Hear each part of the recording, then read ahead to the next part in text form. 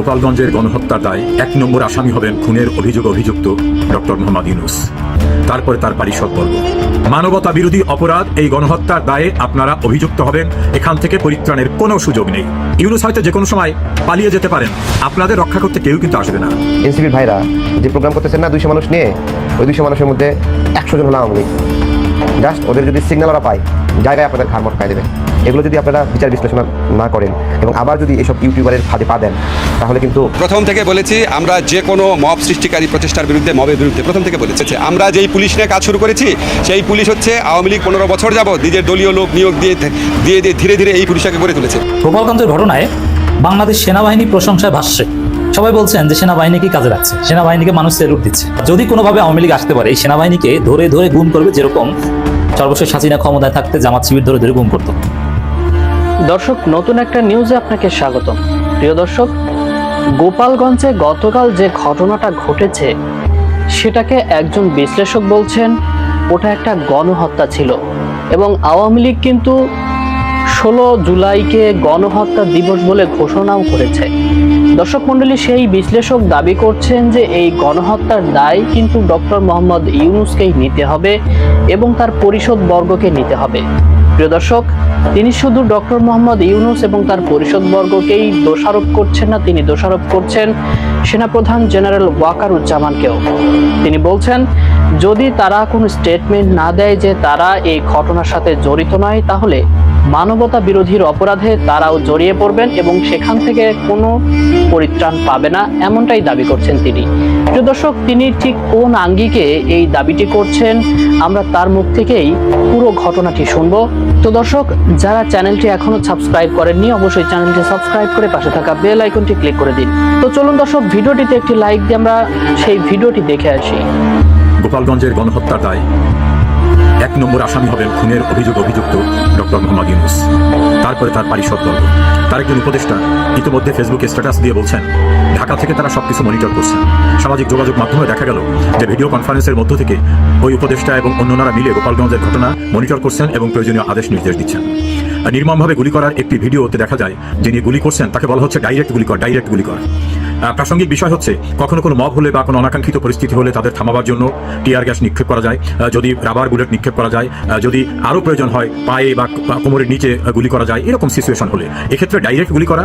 এবং এ পর্যন্ত যে কজন মৃত্যু মুখে ঢলে পড়েছেন তাদের প্রত্যেকেরই শরীরে গুলির কারণে মৃত্যু হয়েছে, এভাবেই রিপোর্ট পাওয়া গেছে। ফলে গুলি করেই যে তাদেরকে হত্যা করা হয়েছে এটা আর বলার অবকাশ রাখে না, এটা স্বীকৃত। দ্বিতীয় হচ্ছে গোপালগঞ্জের মানুষেরা যেভাবে প্রতিরোধ গড়ে তুলে তাদের ক্ষোভের প্রকাশ ঘটাচ্ছিলেন, এই ঘটনায় পুলিশ, আর্মি, র্যাব, বিজিবি কার আদেশ নিয়ে করেছিলেন? সেনাপ্রধান আপনার নিয়ন্ত্রণে আছে? সেনাবাহিনী? র্যাব প্রধান আপনার নিয়ন্ত্রণে আছে?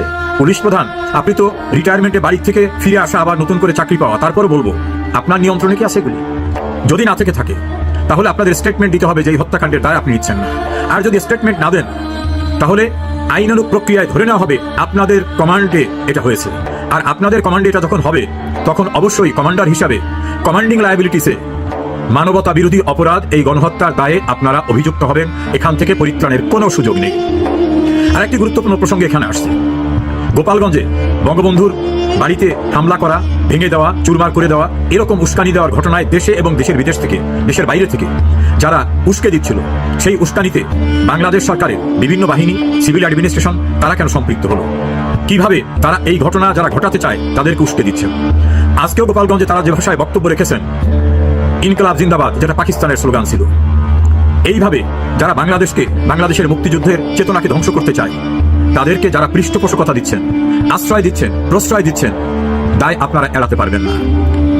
সজীব ভুইয়া, আসিফ মাহমুদ সজীব ভুইয়া, তাকে সরাসরি দেখা গেছে ভিডিও কনফারেন্স করে মনিটর করতে, তার সঙ্গে আরো উপদেষ্টা এবং পুলিশ প্রধানরা। তাহলে গোলাগুলি যা হয়েছে তারা করেছেন, আর তারা এককভাবে কোনো গোলাগুলি করতে পারেন না, তাদের সম্মিলিতভাবে দায়িত্ব রয়েছে। ডক্টর ইউনূস তার পক্ষ থেকে যে স্টেটমেন্টটা দেওয়া হয়েছে, সেই স্টেটমেন্টে এতগুলো মানুষের হত্যাকাণ্ডের ব্যাপারে একটি শব্দ নাই। তাহলে এই হত্যাকাণ্ডকে তিনি ওন করেন। ইতোপূর্বেও তিনি পুলিশ হত্যা সহ যারা সাংবিধানিক দায়িত্বে ছিল তাদের হত্যাকাণ্ডের বিচার করা যাবে না, এভাবে একটা চিরকুট ইস্যু করেছিলেন। কেউ কেউ বলে ইন্ডেমনিটি, যারা নির্বোধ তারা জানে না ইন্ডেমনিটি কোনো এক্সিকিউটিভ অর্ডারে দেওয়া যায় না। আর এক্সিকিউটিভ অর্ডারেও 1975 সনের 26শে সেপ্টেম্বর ইন্ডেমনিটি জারি করা হয়েছিল। 1979 সালে জাতীয় সংসদে সেটাকে আইনে পরিণত করা হয়েছিল। তারপরে কিন্তু সেই ইন্ডেমনিটি থাকে নাই। বঙ্গবন্ধুর খুনিদের দাম্ভিকতা চূর্ণ করে দেওয়া হয়েছে, তাদের বিচার হয়েছে, জেল হত্যার বিচার হয়েছে, বুদ্ধিজীবী হত্যার বিচার হয়েছে। কাজেই ডক্টর ইউনূস, যিনি অসাংবিধানিক, যারই কোনো লিগাল অথরিটি নাই, তিনি খুনের দায় থেকে কাউকে মাফ করতে চাইলে এটা মাফ হয় না। তবে ডক্টর ইউনূস এবং তার পারিষদবর্গ আপনাদের রক্ষা করতে কেউ কিন্তু আসবে না। ইউনূস হয়তো যে কোনো সময় পালিয়ে যেতে পারেন। আমার মনে হয় এয়ারপোর্ট থেকে তার পালিয়ে যাওয়া এখন বোধহয় সম্ভব হবে না, কারণ এত রক্তের দাগ যার হাতে, যিনি নিজেই স্বীকার করেছেন যে মেটিকুলাস ডিজাইন করে তিনি ক্ষমতায় এসেছেন, শেখ হাসিনাকে সরিয়েছেন। আপনারা যুদ্ধ করতে আসুন। Army, RAB, BDR, BGB, police, এদের দিয়ে এসেও লাভ হয় না গোপালগঞ্জে, বুঝতে পেরেছেন। আর খালি হাতে বা এই সশস্ত্র পাহারা ছাড়া অস্তিত্ব টিকবে না। আমি যে প্রসঙ্গটি নিয়ে কথা বলেছিলাম, আমরা জানতে চাই কোন আইনে তাদের এই প্রোটোকল দেওয়া হয়েছে। আমরা জানতে চাই কার হুকুমে সেনাবাহিনীর সশস্ত্র টিম এভাবে ভারী অস্ত্রসহ মেশিন গানের মতো যন্ত্র নিয়ে এখানে এসেছে এবং সেই গানে করে এদের উদ্ধার করে নিয়ে যাওয়া হলো। কার হুকুমে সেনাবাহিনী অস্ত্র চালালো, কার হুকুমে পুলিশ এভাবে গুলি করলো, কার হুকুমে বিজিবি এই নৃশংসতা চালালো? নিশ্চয়ই ডক্টর ইউনূসের হুকুমে, তার পারিষদবর্গের হুকুমে। সেনাপ্রধান, আপনার কাছ থেকে আমরা স্টেটমেন্ট চাই, র্যাব প্রধান স্টেটমেন্ট চাই। স্টেটমেন্ট দিলেও যে রক্ষা হবে তা বলা যায় না, কিন্তু স্টেটমেন্ট না দিলে আপনারাই যে ঘটনার অনুঘটক, আপনাদের নির্দেশেই যে ঘটনা ঘটানো হয়েছে, আইন, সংবিধান, ক্যাবিনেট ডিভিশনের ডিসিশন সবকিছু উপেক্ষা করে ঘটানো হয়েছে, এটা স্বীকৃত। এটাকে আইনের ভাষায় বলে কনফেশন, এটাকে বলা হয় স্বীকারোক্তি। এই স্বীকারোক্তির জন্য ভবিষ্যতে বিচারের সময় খুব বেশি সাক্ষীরও প্রয়োজন হবে না, পরিত্রাণ কিন্তু কেউই পাবেন না।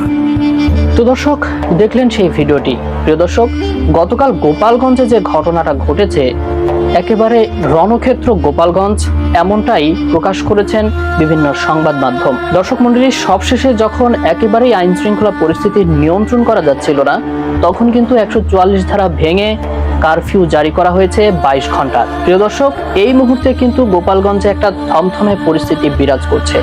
দর্শক, এই বিষয় নিয়ে আর বেশি কথা না বেরিয়ে চলে যাব আজকে দ্বিতীয় গুরুত্বপূর্ণ ভিডিওটিতে। সেখানে এনসিপির নেতাকর্মীদেরকে সতর্ক করতে গিয়ে আমজনতার দলের চেয়ারম্যান জনাব তারেক রহমান বলেছেন, এই গোপালগঞ্জে জামাতের একটা সমাবেশ হয়েছিল এবং সেটা শান্তিপূর্ণ এবং শৃঙ্খলাপূর্ণভাবে, কিন্তু আপনারা কেন পারলেন না? কারণ আওয়ামী লীগ তো জামাতকে খুব একটা পছন্দ করে না, তারা তো জামাতকে অপছন্দ করে, তবুও কেন জামাত সেখানে শান্তিপূর্ণ সমাবেশ করতে পারলো আর এনসিপি কেন পারলো না? প্রিয় দর্শক, সেই সাথে তিনি আরো বলেছেন, এনসিপি কে একদল ইউটিউবার পরিচালনা করছে আর তার কারণেই তাদেরকে সামনে এগিয়ে দিয়ে পেছন দিক থেকে উস্কানিমূলক পোস্ট করে তাদেরকে বিপদের মুখে ফেলছে। দর্শক, এছাড়াও তিনি আরো বেশ গুরুত্বপূর্ণ কিছু মন্তব্য করেছেন। চলুন তার মুখ থেকেই আমরা সেই আলোচনাটি শুনে আসি। গোপালগঞ্জে শেখ হাসিনার আওয়ামী লীগের আপনারা যে ফিটনেস দেখলেন না, এই ফিটনেস সারা দেশে ওদের আছে, বিশ্বাস করেন বা না করেন। এনসিপির ভাইরা যে প্রোগ্রাম করতেছেন না 200 মানুষ নিয়ে, ওই 200 মানুষের মধ্যে 100 জন হলো আওয়ামী লীগ। জাস্ট ওদের যদি সিগন্যাল ওরা পায়, জায়গায় আপনাদের ঘাড় মটকায় দেবে। এটা আপনারা বোঝেন, বিশ্বাস করেন। এটা শুধু গোপালগঞ্জে না, সারা বাংলাদেশে আপনারা যেভাবে আওয়ামী লীগের সঙ্গে মহরম সম্পর্ক শুরু করছেন না, আজকে সেটার উপহার দেখলেন। এটা যদি আপনাদের শিক্ষা না হয়, আরে ভাই এত বড় দল করে কি করবেন? দল বড় করতে হলে আওয়ামী লীগকে সাথে করে নিতে হবে। এই থিওরি কই পাইলেন ভাই? দল বড় করতে হলে আওয়ামী লীগকে নিষিদ্ধ করতে হবে, আওয়ামী লীগের লোকদেরকে আপনাদের সাথে নিতে হবে। হ্যাঁ, আওয়ামী লীগ লোক আপনার সাথে করে নেবে, আপনি সাথে করে নেবেন, নিয়ে ওই লোকটাই আবার নাগরিকের উপর নিপীড়ন করবে আপনার দলের হয়ে। ওই লোকটাই আবার নাগরিকদেরকে থাপ্পড় দিবে, চটকানি দেবে, হুমকি ধামকি দেবে। ওই লোকটাই আবার চাঁদাবাজি করবে। হ্যাঁ, আপনি ভাববেন আপনি শক্তিশালী, কিন্তু সেই মহেন্দ্র খুনের অপেক্ষায় থাকেন যখন দাবার গুটি আবার উল্টাবে। দাবার গুটি উল্টাবে না, দাবার গুটি 100% উল্টাবে। যে মনে করে উল্টাবে না, সেটা গাধা, সে রাজনীতি বোঝে না। আর এই রাজনীতিতে আজকে যারা পূজা করতেছে তাকে লাত্তি মারতে জনগণ কোনো ইয়ে করে না, কোনো বিন্দু পরিমাণ মায়া করবে না। একজন ইউটিউবার বলতেছে অপারেশন গোপালগঞ্জ, আবার বলতেছে গোপালগঞ্জে এনসিপির পরীক্ষা শুরু, আর আরেকজন বলতেছে যে টুঙ্গি পাড়ারে মাটির সাথে মিশাই দিয়ে দিব। তো এই ধরনের উস্কানিগুলো আজকের এই বিশৃঙ্খলা, আজকের এই অপদস্থ হওয়ার কারণ কিনা, আমি এনসিপিকে এটা বিবেচনা করার অনুরোধ করব। আজকে আপনাদেরকে ডিসিশন নিতেই হবে যে আপনারা ইউটিউবারের কথাই রাজনীতি করবেন কিনা। দেখেন, এইখানে জামাত কয়েকদিন আগে প্রোগ্রাম করেছে, শান্তিপূর্ণভাবে র্যালি করেছে, মিছিল করেছে, প্রোগ্রাম করেছে। কোনো সমস্যা হয়েছে? আওয়ামী লীগ জামাতকে কম অপছন্দ করে, কম ঘৃণা করে, তারপরেও গোপালগঞ্জে তারা প্রোগ্রাম করেছে। আপনারা কেন করতে পারলেন না? খুব সাধারণ একটা সম্মানের সঙ্গে প্রোগ্রাম করবেন, আপনারা চলে আসবেন, কিন্তু কেন করতে পারলেন না? কি কারণ? কারা এই উস্কানিটা দিয়ে এখানে পরিবেশটা ঘোরাতে করলো? এগুলো যদি আপনারা বিচার বিশ্লেষণ না করেন এবং আবার যদি এসব ইউটিউবারের ফাঁদে পা দেন, তাহলে কিন্তু দেখেন আজকে যেটা হলো, আপনারা পুলিশ পাহারা নিয়ে গেলেন, নিয়ে গেলেন 2 মিনিটে সেই গলা ফাড়ায় বক্তব্য দিলেন। মনে হয় গোপালগঞ্জ নামে কোনো দেশই মানে জেলায় বাংলাদেশে নাই, এইরকম গোপালগঞ্জ নাই করে দেবেন, মুজিববাদ নাই করে দেবেন এইটা। আরে ভাই, গোপালগঞ্জে আপনি বক্তব্য দিতে গেছেন, প্রোগ্রাম করতে গেছেন, ওইখানে শেখ মুজিবকে কটাক্ষ করে বক্তব্য দেওয়ার প্রয়োজন আছে? ওই এলাকার যে বিএনপি করে, যে জামাত করে, সেও তো ওখানে শেখ মুজিবুর রহমানকে পছন্দ করে, ভালোবাসে, তাদের মাটির সন্তান না? আপনি সেখানে যেয়ে এই ধরনের বেইজ্জতিমূলক কথা বলবেন, এ করবেন। আপনারা খুব ভালো করে দেখেন